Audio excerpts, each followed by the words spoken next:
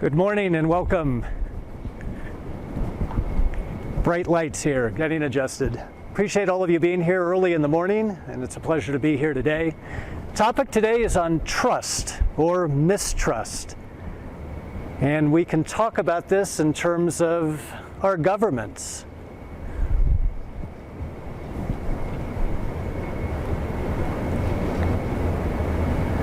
We could talk about trust or mistrust with respect to leaders.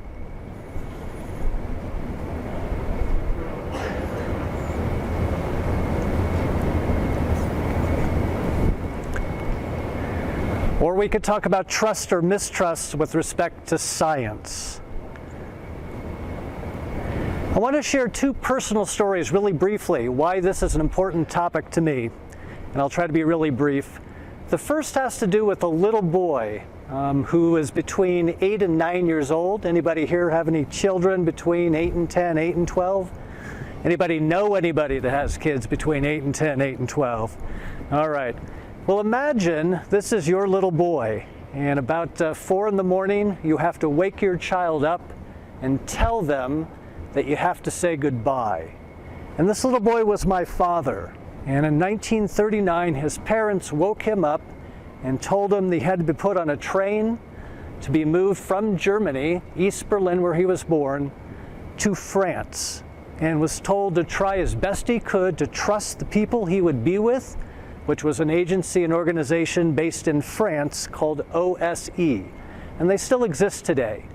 And my father's journey took him for 3 years never to see his family again, and trusted in this organization to allow him to be as safe as possible during the war. And this was an arduous journey for my father. Again, trying to learn another language quickly, trusting people he never really knew. And he remembered vividly several times Nazis would come up to the old farmhouses where he was hid deeper and deeper into France to grab some of the older boys. And my dad was one of the very fortunate ones to escape, and this organization was able to find an opportunity for him to emigrate to the United States. So coming through Ellis Island, new experience, again trusting that things would work out, he wound up on a bus all the way from New York to California, where my dad's formative years was raised in an orphanage in the San Francisco area. And again, his journey was one in which he had to take his total life into an organization and a group of leaders in a very arduous time to really believe in the goodness of people. And my dad's been a real inspiration to me. We've lost my dad about 5 years ago, but the topic of trust and his mantra of things turn out best for those who make the best out of things turn out is something that really resonates with me. So that's story number one, a real important reason why trust to me is a very important topic.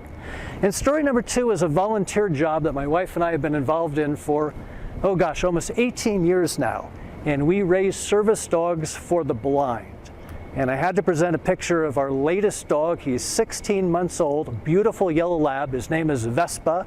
I checked in this morning. He's still asleep right now. We're an hour ahead here in Mountain Time, where I am at the beach in Santa Monica.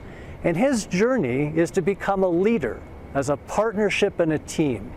And if you think about your journey here, I don't know if any of you woke up last night, but I did, middle of the night, had to go to the bathroom, and I actually took the wrong turn. And the journey of a guide dog is to be the eyes for people that are sight impaired. These are the folks that really engage in autonomy, and it's a total trust relationship that this dog will take them where they need to go, to take them in a safe manner, and in a way that really enhances their quality of life. So our commitment to this volunteer organization is one that, over 18 years has again taught me that the trust between a person and an animal, the trust between a person and another person is really critical. So I wanted to give you a little bit of a backdrop of why this is so personal to me as a topic, as a researcher, as a psychologist, and today to bring some of the research that we know around the neuroscience of psychological safety, empathy, and interpersonal trust. Where I want to go is to give you a little bit of an overview of what we know about psychological safety, a little bit on interpersonal trust, and give you some tips and suggestions for what you can do at an individual level, what leaders can do, and what organizations can do to enhance a culture of empathy, safety, and trust. So that's our journey in the next 50 minutes or so.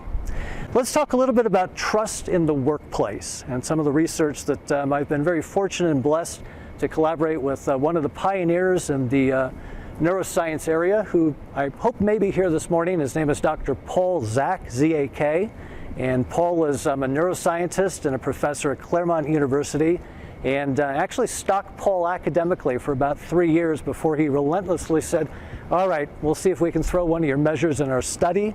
We won't find anything. Indeed, that was the case, but it's formed a really great collegial relationship in writing and research and presentations and speaking.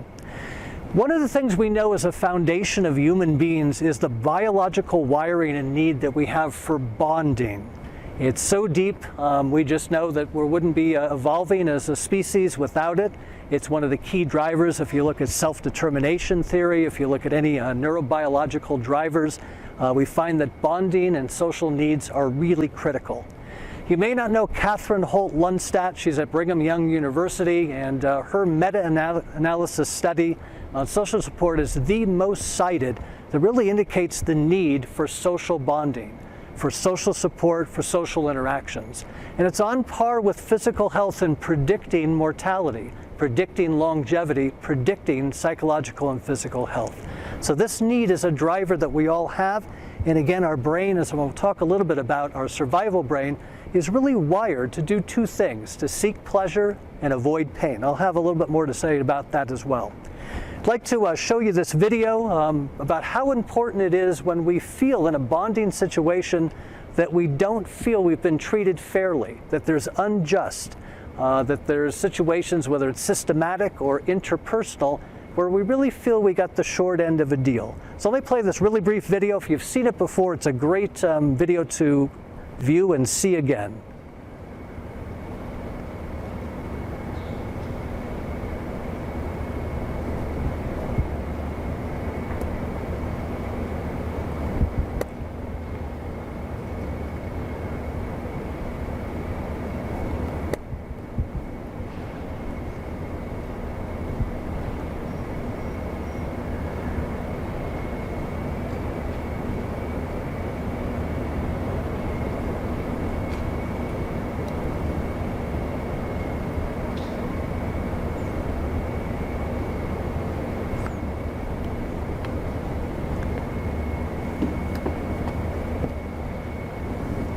Thank you.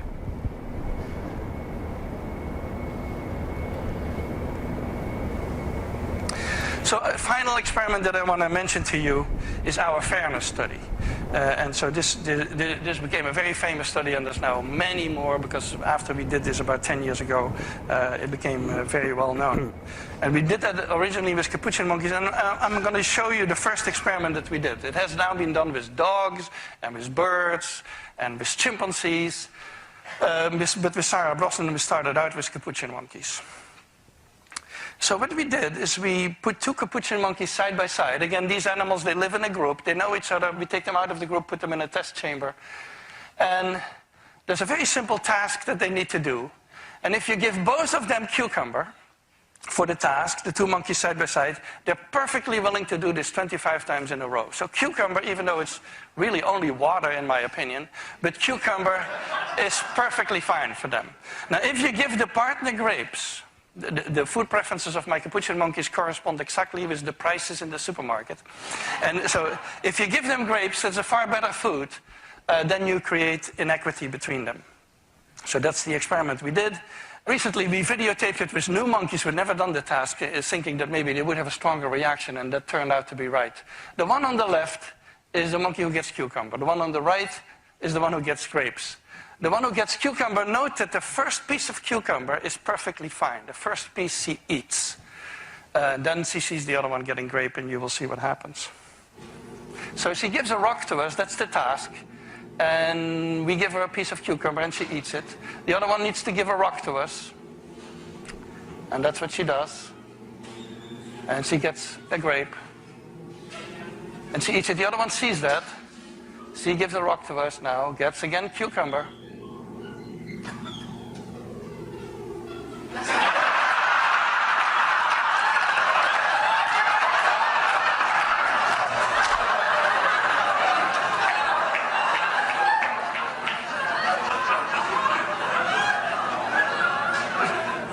She tests the rock now against the wall. She needs to give it to us.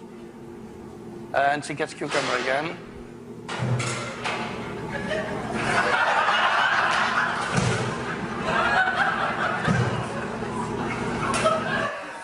So this is basically the Wall Street protest that you see here.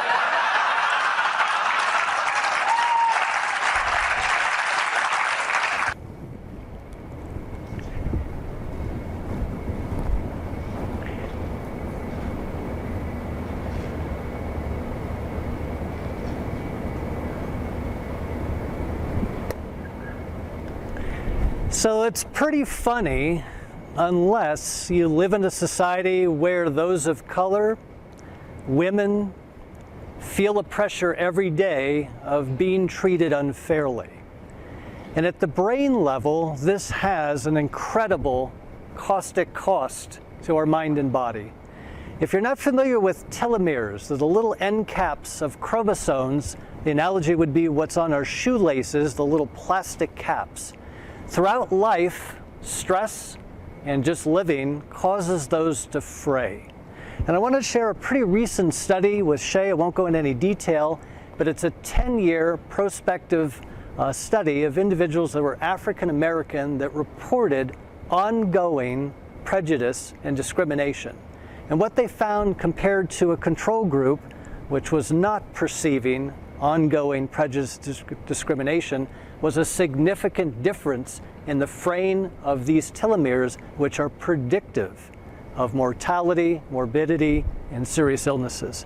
So the video again really illustrates our need to be accepted, to be treated with respect, and the loss of that has a tremendous physiological impact on mind and body. It's another reason why psychological safety and trust is so critical, not just in the workplace, but in society as well. So I wanted to share this with you following the video because I actually have seen it several times and it is a pretty funny video. Most of you have heard of Naomi Eisenberger and her research lab at UCLA several years ago used a real interesting protocol where she would bring 3 or 4 mostly students into her lab, and they were told they were going to play a game with each other on a computer called cyber toss, cyber ball. And it's a commercial tool that a lot of psychologists use for research. And what she was able to do is actually hook people up to a portable fMRI machine to measure what's going on at a brain level while they're playing this game. Well, unbeknownst to the students, she would take one and say, I've got to go hook you up in the lab. And she'd get the little hat that they'd wear that would capture the fMRI readings, a keyboard in front of them, and she said, let's begin the game. Your other colleagues are also wired for sound, and you'll get to play. And the protocol of the game is pretty simple. It's like when we were a kid and tossing a ball or kicking a soccer ball to your friends. And it starts really simply that I kick or toss the ball to friend number 1 or the person I met in the lab. And on screen, you can control kind of the direction and speed. And it looks like they've caught the ball and they pass it to the other colleague that they met previously, and that 3rd or 4th colleague passes it back to you. So this game kind of continues for a few minutes, and again, it's just like playing ball when you're a kid.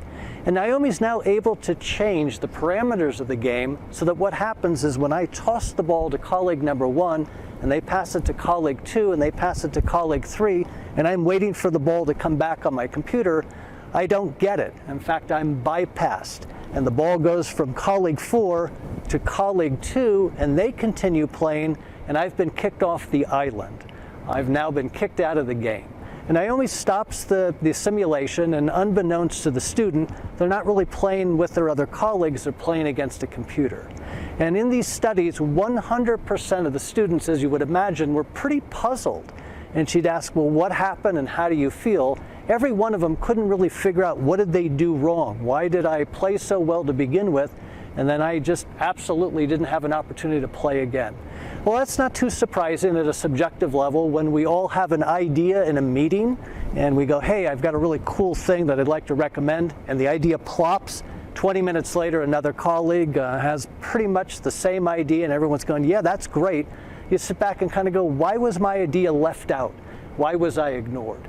But the one thing that her lab found, which was really a breakthrough in this study, is the moment people felt as if they were being rejected from playing, the same neural areas of the brain that are related to social pain were also associated with physical pain.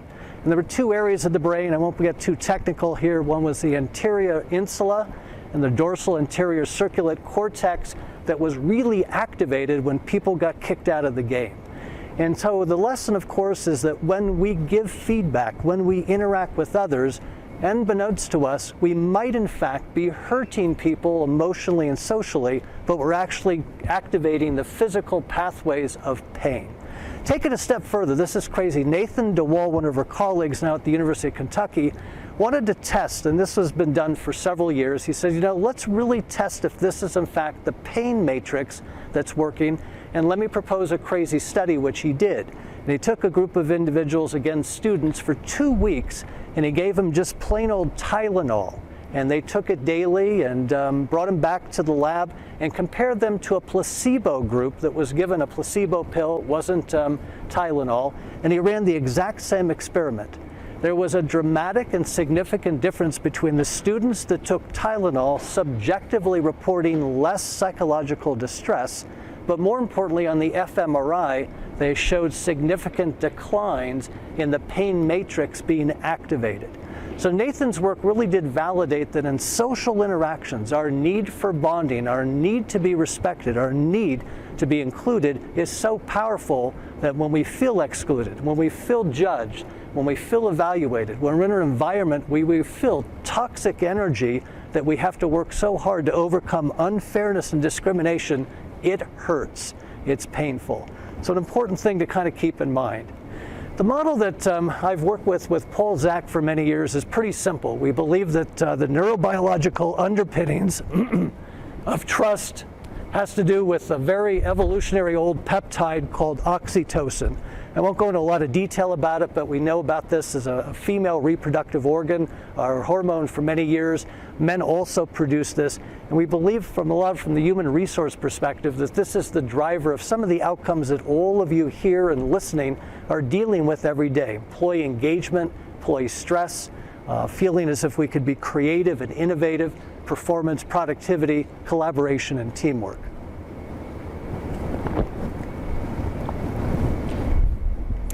In our work, we've actually found that with senior leaders, there are 4 drivers that actually predict job performance.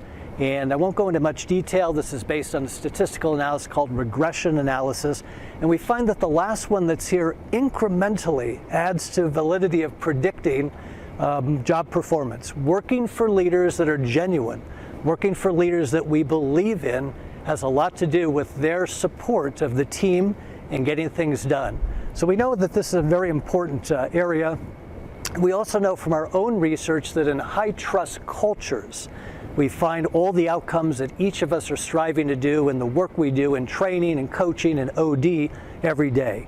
There's been a couple of meta-analytic studies. I don't have a slide, but you can take a look at, Google up Bart DeYoung, B-A-R-T-D-E-J-O-N-G, and his meta-analysis, I believe it was in 2016, of over 8,000 teams, really showed, excuse me, that trust was a very modest predictor to strong predictor of job performance. And followed up with that was a group supported by a woman named Breuer, B-R-E-U-E-R. Again, a meta-analytic study looked at remote teams. She looked at 57 remote teams and again found that trust was a secret sauce and ingredient to predicting job performance. So there's a lot of great data and a lot of great research that really does support that psychological safety and trust has some bottom line impacts. And again, at the end, I'll present some tips and suggestions for how we can increase and improve that. If you go to the bookstore today and want a little bit more information about psychological safety, Paul and I were asked to co-author one of the latest training and development booklets, so have a look. There's a little bit more in the history, some interventions, a measure around psychological safety. So it's an area that we feel pretty passionate about. Let me I use the term psychological safety, and I want to kind of give you a little Venn diagram as to one of the ways we conceptualize similarities and differences. From a neurobiological perspective, I'll put trust in the middle, or the overlap of that Venn diagram. If we study what's happening at the brain level, the sense of psychological safety, the sense of interpersonal trust has the same neurobiological underpinnings. When we talk about interpersonal trust, it's the extent to which I give you the benefit of the doubt. I'm kind of passive. If I have to have you repair my knee, if I have to have you invest my money, if I have to have you come into my house and repair a leaky pipe and do some plumbing, I have to have faith that you have the competence, the experience, that you care about where I'm at and to get things done on time, with quality, with the cost you've kind of negotiated with me. Or in the case of healthcare, you're not negotiating cost. But the point is, you're empowering other people to do things on your behalf. That's the social currency that my dad had when he was taken for 3 years, hidden from village to village, farmhouse to farmhouse, believing in the people that he didn't know, but believing and trusted that they had the competence, the knowledge, the intelligence to keep him safe. On the other side of the coin, we have psychological safety. And I want to define this as the extent to which I believe you will give me a break in how I behave and act. So this is that sense of, again, I can be genuine, I can experiment, I can actually even make a mistake, I can have a voice, I can challenge the status quo and not feel beat up and not feel bullied. I won't go into the history of the label of psychological safety, but I would argue if you want to go back even to Maslow, who didn't really call it psychological safety, he probably embedded and meant part of that. And even in the late 1950s, for those of you that are my age or older, you'll know Will Schutz and his very famous Firo-B tool. And one of his last scales, he didn't call it psychological safety, but he called it openness. And what he really meant was the ability to be myself, to feel free to confront in a constructive and positive way, to feel free to have a voice in a group. So this is one of the ways we conceptualize and take a look at the difference between psychological safety and trust. And it's a good Venn diagram for kind of holding both of those in terms of who are you empowering? Are you active? You are in a team, you are in an interpersonal partnership, or more passive where other people are doing things towards you, for you, when there's a little bit of ambiguity. So it's one of the ways of looking at the lens of this. For those of you interested in more resources, there's dozens of books now out. These are 4 of some of my favorite. Dan Radicki, who has spoken, he's a psychologist in the Los Angeles area, researcher, neuroscientist. His book that's on at least my far left is another one you probably haven't heard about, but a really good book on the neuroscience of psychological safety.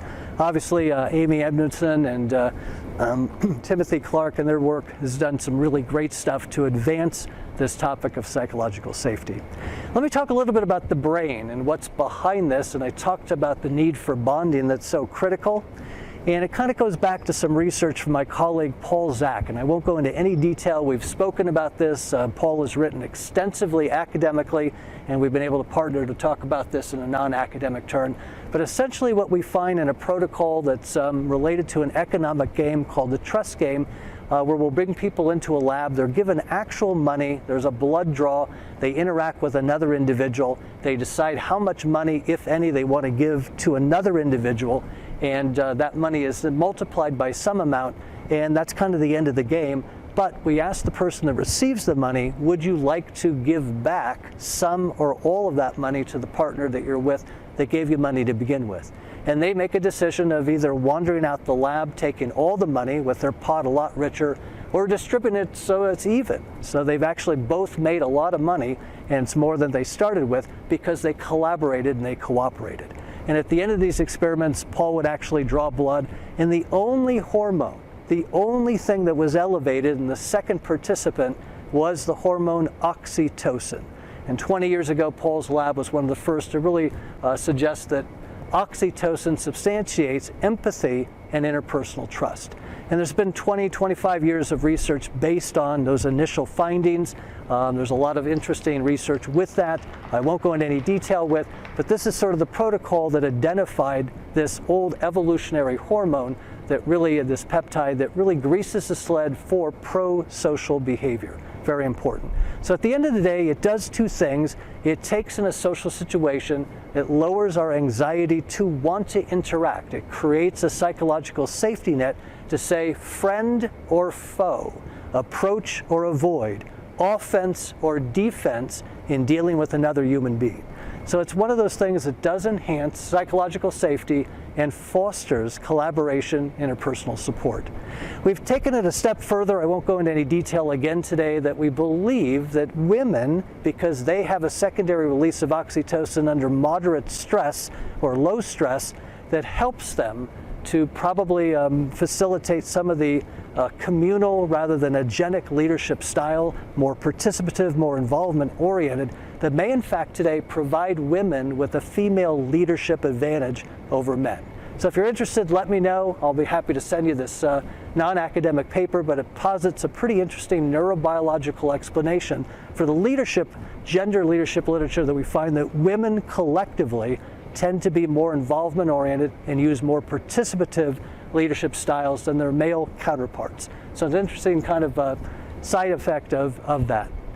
When I take a look at what my dad went through, when I talk to people that are blind and are working with a guide dog, and we say, what are the elements that go into feeling safe, to empowering other people to operate on your knee, or in a team, as Google found in Project Aristotle, that they felt safe enough to challenge and to be creative and make mistakes and wouldn't be bullied, wouldn't be criticized, wouldn't be evaluated.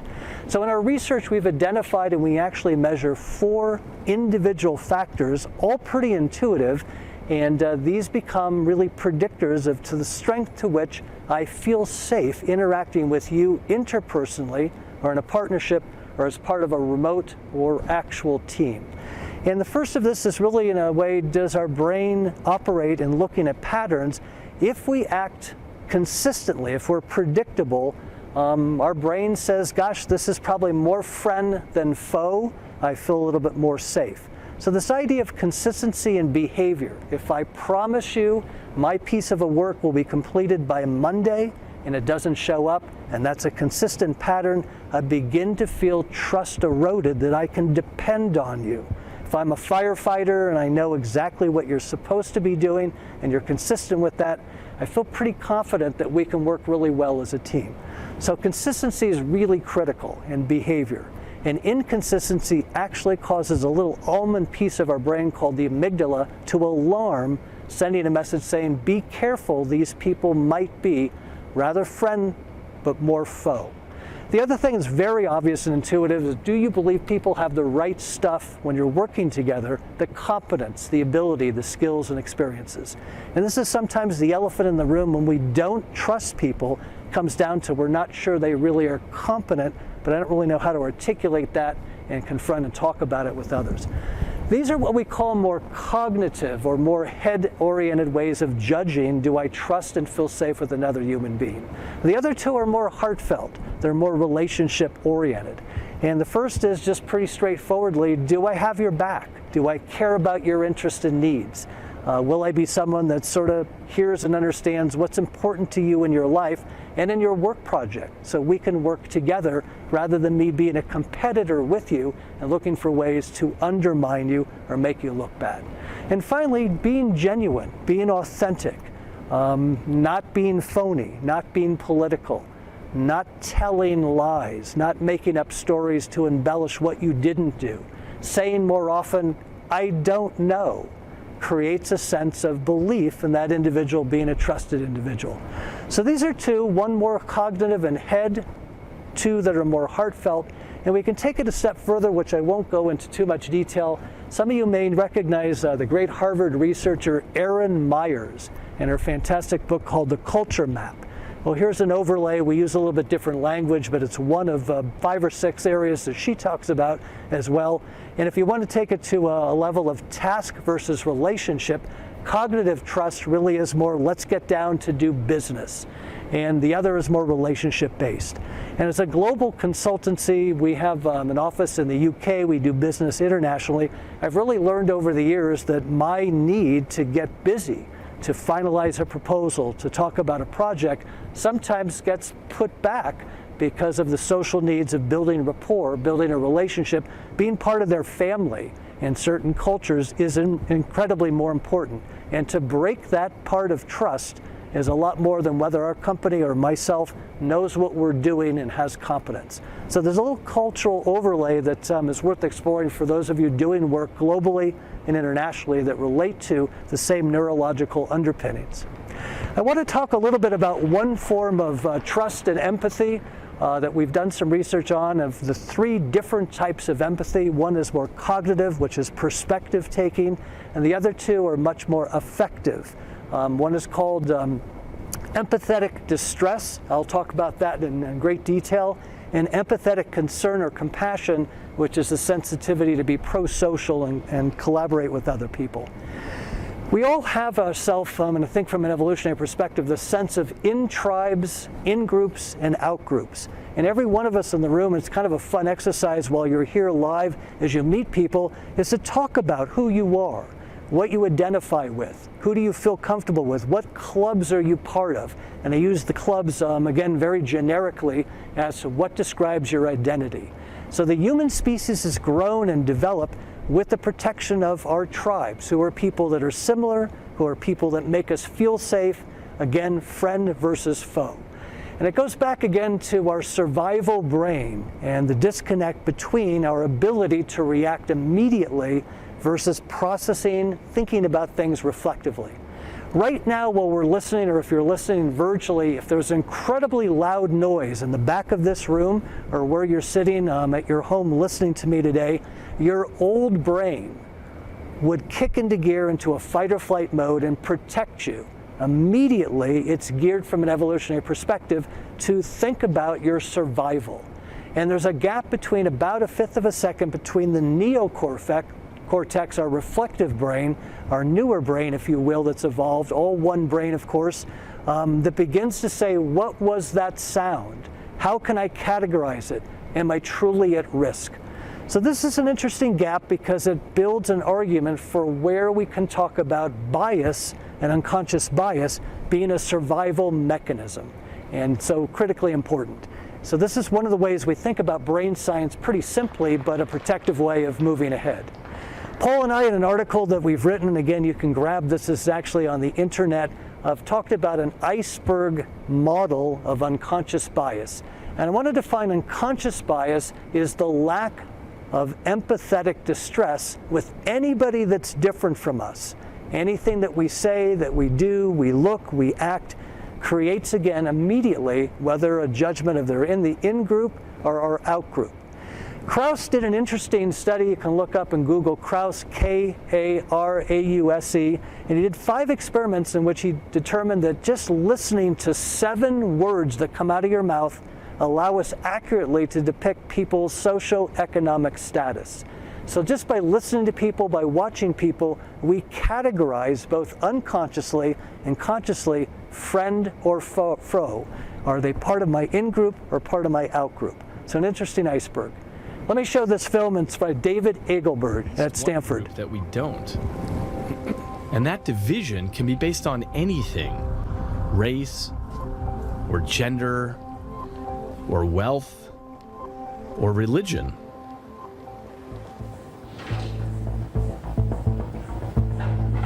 We put 130 participants in the scanner.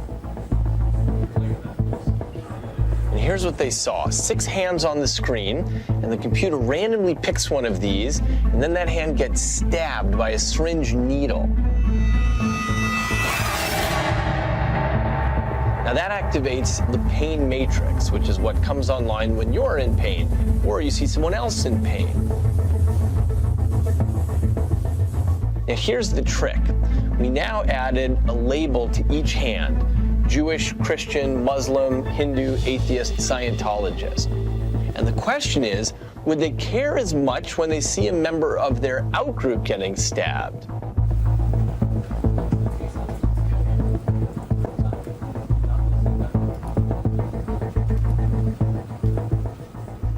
So here's what we found. Here's a subject, and when he watched a member of his in-group getting stabbed, there was a large neural response in this area of his brain. But when he watched a member of one of his out-groups get stabbed, there was essentially a flat line. We scanned a range of volunteers, and there are individual differences, but the trend is clear. A single word label is enough to change your brain's basic pre-conscious response to another person in pain. In other words, how much you care about them. Now, you might have opinions about religion and its historical divisiveness, but even atheists here care more about other atheists' hands getting stabbed than they do about other people. So it's not really about religion. It's about which team you're on.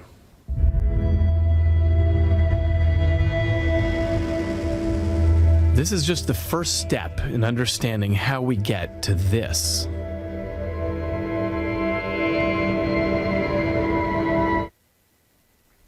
Pretty sobering video, but it really highlights the idea that we're wired biologically to react to who we feel safe and who we don't. This type of experiment's repeated in very many academic published studies. Race is a great example. And some of the findings do suggest that although we're biologically wired, we can engineer cultures and experiences to help lower prejudice, to help lower unconscious bias. And I'll share some of those with you in a little bit, but these are two studies that really do suggest that physically looking at ways to garner interaction with people that are different from us, and different can be used in any way you want to define that label, helps to moderate the activation of emotional distress, empathetic distress that we have, meaning we feel safer when we're exposed to people that are different from us.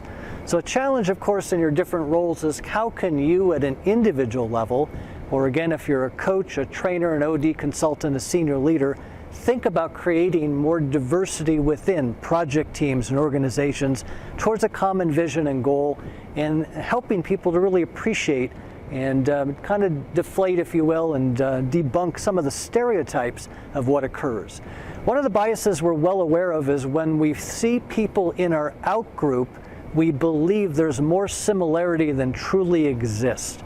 In other words, the stereotypes that we hold predict how we think as a cohort that out-group will actually behave, even though there's tremendous diversity. So it's an interesting biological way of taking a look at what unconscious bias is really all about. I kind of want to end today, and we'll have some time for some questions on what can you do at an individual level to enhance your own empathy, to take what's pre-wired and biological to extend your ability to feel safe and to feel more empathetic with others. If you're a leader, what are some things we can do to help you in a leadership role create empathetic cultures, trusting teams, and those that are psychologically safe? And finally, for those of you that can influence organizational policies, procedures, systems, I'll offer a few suggestions that, again, that are evidence-based. So let's start first with the individual level. I'm not going to highlight every one of these, but for those of you that have been reading about, and for those of you that practice mindfulness meditation, I want to suggest again that it's an interesting area that is very specific to the type of meditation that you use. One of my earlier published studies, and a colleague of mine, Dr. Mark Schoen at UCLA, we took a group of 12 individuals, brought them in. We measured a particular inflammatory marker. It's got a fancy name called a cytokine IL-6 for interleukin-6.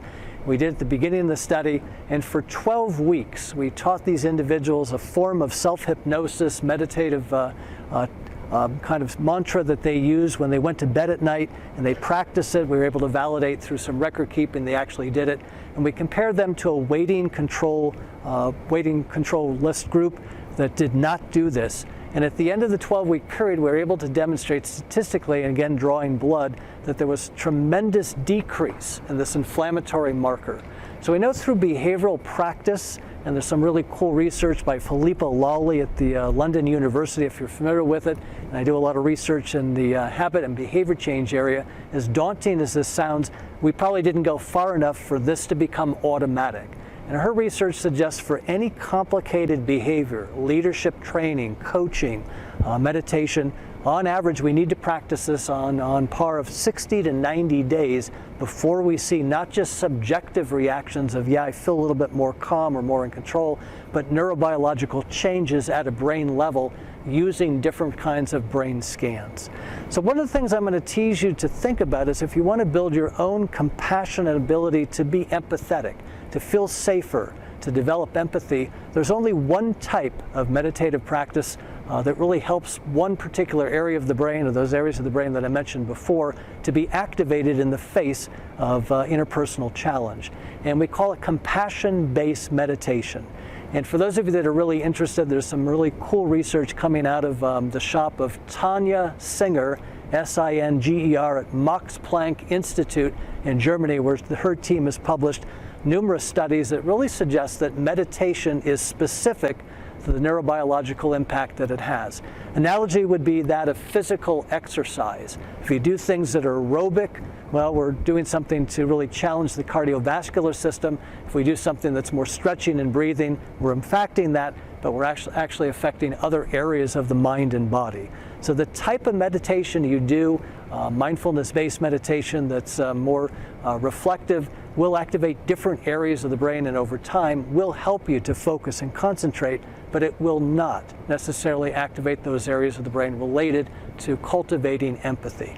So if you're into that type of practice, it's one thing we know will build empathy in individuals, and for a long time, people that have practiced mindfulness meditation, they actually report subjectively and behaviorally that they feel kinder, they feel more tolerant, they feel more patient, and again, they're less stressed in dealing with those that may appear and how they speak, how they look, how they behave to be different.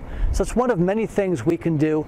And the last thing I'll just mention is for all of us, it's a great opportunity while we're here in Salt Lake City, here at ATD, is to stretch who you sit with, stretch who you interact with. Take a risk to say, hi, how are you? Read their name tag and see if you can tell a little story about yourself, and see if they have a story to tell you that helps you to better understand another human being. And again, through practice, we can find, even if you're very introverted and quiet like I am, it's not easy, it's not comfortable, but it does help to stretch our ability to feel less fear and put more people into our in-group. So a couple of tips and suggestions at an individual level, what some of you may want to do and to practice. Let's talk a little bit about the leadership level. This has been an area of my research for many years, and a fairly recent paper, I think it was last year, that Paul Zak and I co-authored, that looks at empathy and the importance, the argument of empathy in creating empathetic cultures for performance, for creativity, for feeling less stress with employees. So what can we do at a leadership level for those of you that can impact leaders through the work you do to facilitate cultures of trust and empathy? And we've spoken and written about specific leadership practices, some that are very common, that sort of grease the sled for oxytocin to be released. And one just really simply I'll mention to you, and I have on this slide, is to walk around, as Ken Blanchard has written about many, many years ago, and catch people doing things right. When it's genuine, when it's timely, when it's meaningful and sincere, it not only makes us feel good, that's the dopamine that's released, but it also instantiates a release of oxytocin. And that causes us to feel a bonding between each other. So to teach leaders, particularly during these COVID times, it's incredibly stressful, catch people doing things right. Find out what they're involved in, generally kind of praise them, give them feedback that lets them know you really feel that their efforts and accomplishments are really worthwhile. And most leaders, when we ask them, say, gosh, I do that all the time. Yet in 360 feedback and surveys, we hear just the opposite, that they really need to turn the volume up. But a simple but powerful way of building an empathetic culture, and one that again responds at a neurobiological level to feeling as if I'm part of a team. The other thing that's kind of critical, and I've written about this as well, and as a health psychologist, my research in resilience and stress really suggests that the more we can embody wellness for employees, and check in and see what people are dealing with, particularly again with COVID, with their families, working remotely, juggling, children if they have them, elderly parents, whatever's on their plate, goes a long way to demonstrate you care. Yeah, you're held accountable for the bottom line. Yes, you have to manage the KPIs of your employees that you're working with and negotiating, but at the end of the day, the more you will treat people as a human, you'll find that there's more empathy, more compassion, and in our research we've actually found it builds a culture of interpersonal trust. So a few things you could do as a leader that I think are pretty intuitive, and ones you can do as well. The other goes back to research by Marty Seligman, University of Pennsylvania. Marty did a really interesting study about 10 years ago in which he sat down with a group of individuals and identified what he called their signature strengths. Things people are passionate about, but they're also competent to do. And he said, let's make a plan to see if you can deploy what you love doing in the next month, and to do it at least once a day if you can. And Marty studied these people and followed up for 30 days and found a significant increase in satisfaction and engagement, and a decrease in depression as well. So we talk a lot about this, of what leaders can do to uncover and defining with employees what their passions are, what their skills are.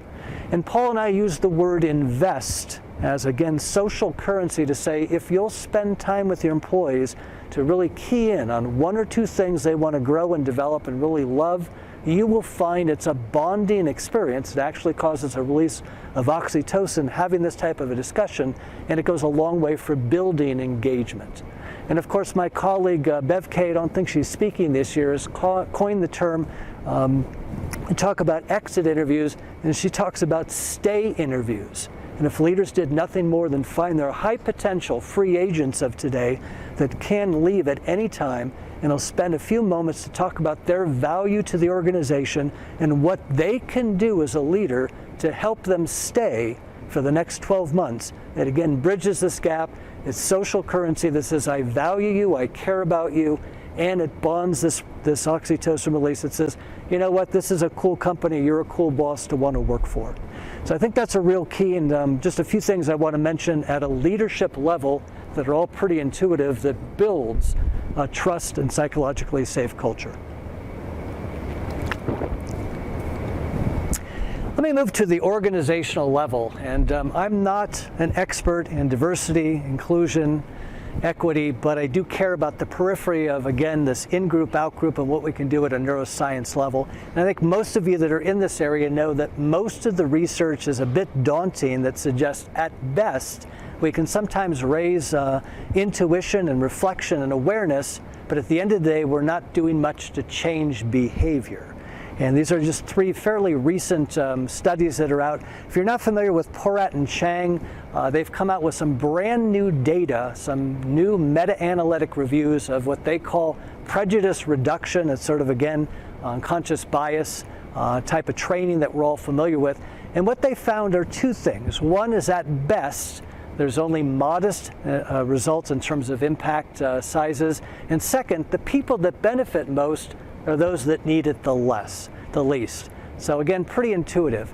But I don't want to be completely negative. In fact, if you get Harvard Business Review, just in this very last September-October issue, 2 Harvard professors talk about some cutting-edge research, some techniques, and some approaches that do show some teeth for not just increasing awareness of our biases, but be able to develop some new habits around addressing those. And Paul and I have also written in non-academic articles on what we can do. So let me share a few things at an organizational level that you could be at least a champion and a broker and do your best to influence. And if you're in that power position to make some changes, really can make some impact on addressing unconscious bias, equity, and fairness. One of the things we should be doing is measuring this in leaders. Find a way to determine to what extent leaders are impacting trust and psychological safety in their teams, either at an individual level or definitely part of your engagement surveys. So you've got a benchmark of what you can do and how you can actually drill down to a department and individual leader level and help them get a coach and become more aware that this is not just an important initiative, but what they could be doing to foster psychological safety and trust and empathy with their teams. I think, again, related to recognition, try to develop as an organization a culture of appreciation. Michael Leiter, who's a colleague with Christina Maslock, he's up in Canada and has co-authored and done quite a bit of research in job burnout, has some new research really suggests that leaders influence cultures of appreciation. And it's not commenting on what people have done, but it's commenting on what people are. And looking for ways to show and demonstrate verbally value you have getting to spend time with the troops rather than those that are in power, really identifying at that level that you care meaningfully about who people are. It sounds simple, but again, when we're remote and working on Zoom, it's that much more difficult to connect with employees, particularly if you're a senior leader, those below you. Takes a tremendous effort to figure out ways of doing that. So a couple of things just to think about with that as well. I don't know if you're familiar with Christine Porath. She is the guru in the civility area. She's at Georgetown University. If that name doesn't ring a bell, Porath, make sure you've got some data to look at. She's got some great TED Talks, but academically she's done some of the best research I've seen on civility non-toxic behavior in the workplace. And one of the things I challenge organizations to do every day is look at your selection and promotion techniques, your assessment methods, and why are we continuing to elevate people that lack social and emotional competence? If there's one way to destroy a culture of compassion and empathy and caring, is to take people that are really competent at what they do but lack social skills and put them into leadership roles. So a challenge for all of you is to think about on the task and relationship side of the house that we equally balance in selection factors and selection weights social skills and the importance that people have, not just bringing technology and technical competence to the job, but the ability to work with people. And today, gosh, we need that more than ever. The other one I'll highlight, and these sound really interesting, is engaging organizations around healthy practices, health practices.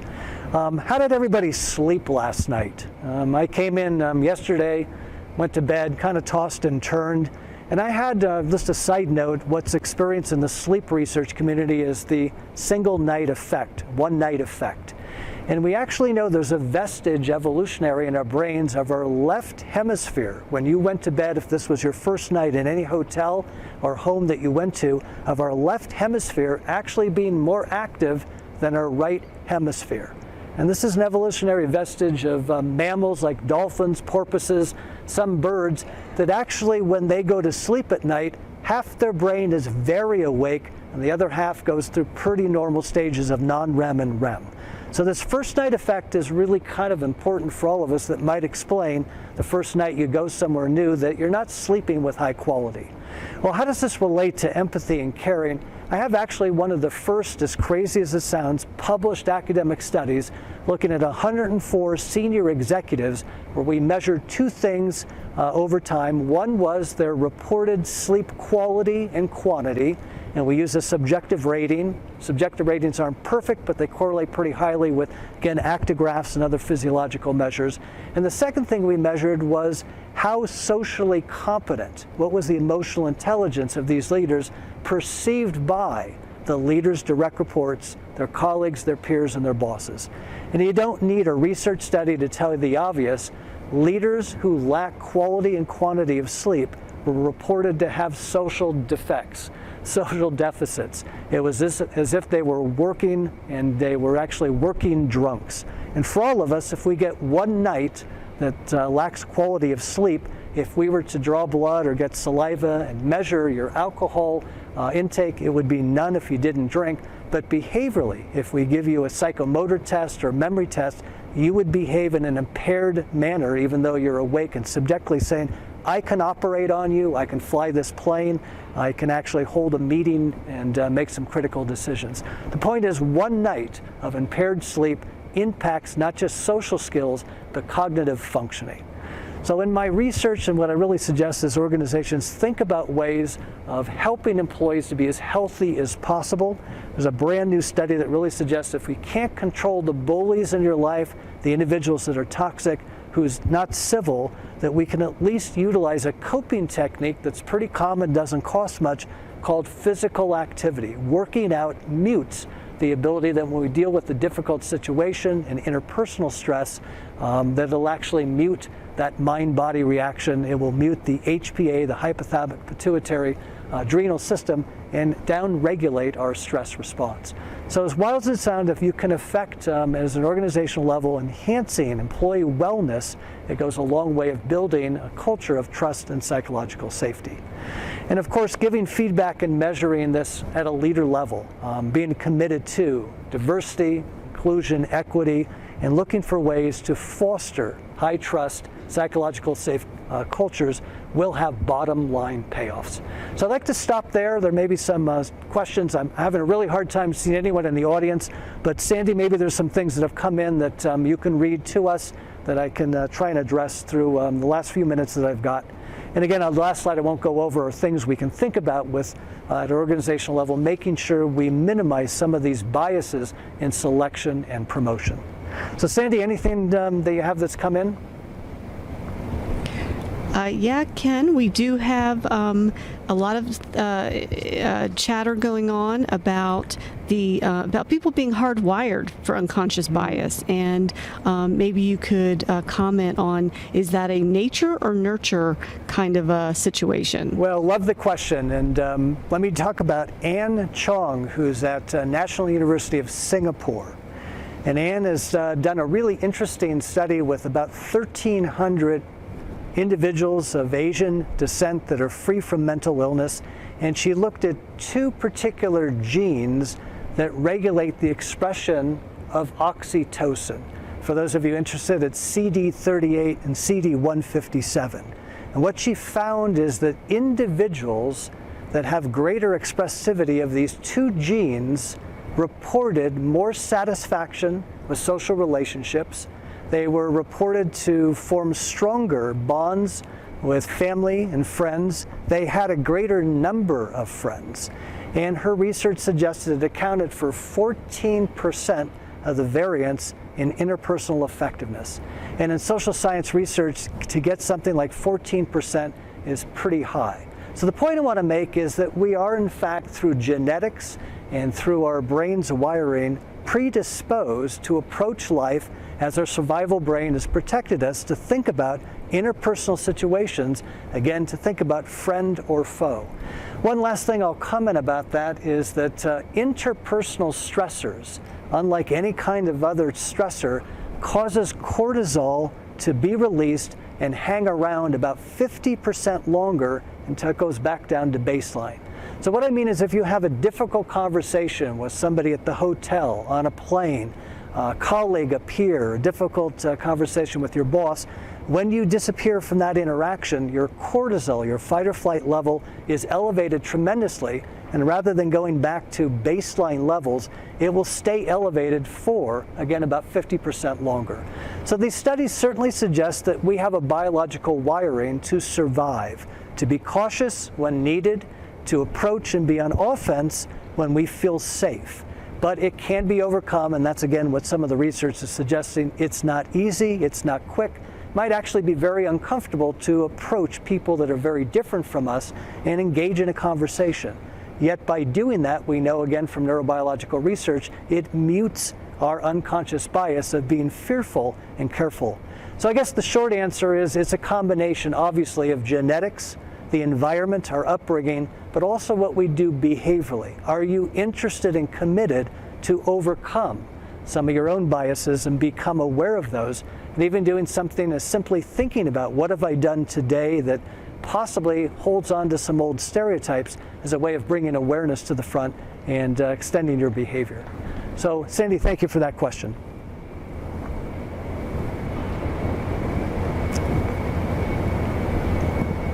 We may be out of time from my monitor here, so I'd like to thank each of you for joining me today. And if you're available for questions and answers online a little bit later, that would be great. And if not, hope our paths will cross again in the future. So thank you very much.